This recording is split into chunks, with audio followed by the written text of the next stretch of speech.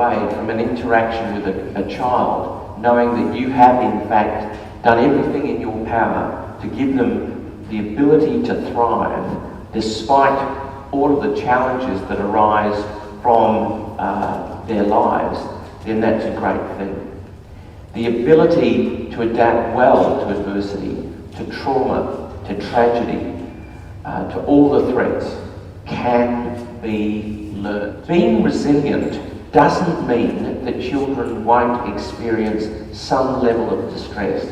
My argument has always been it will just allow them to bounce back. It will allow them to have an experience which they can then internalise and become part of them, and they will be stronger as a result of having gone through it.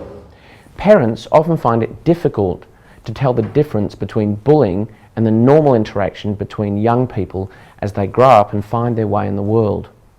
The easiest part of that is deciding what is not bullying. All students will, from time to time, get into conflict with other students. One-off incidents of conflict with an individual or a group, or an act of nastiness or spite, or random acts of aggression or intimidation are not generally considered bullying. While it can be upsetting, it is actually normal for young people to have a mutual argument or disagreement from time to time. Learning to work through our differences and come to suitable outcomes is a really important part of growing up. What this study did was they interviewed 157 13-year-olds about the major arguments they had with their parents, which unsurprisingly were chores, money, friends.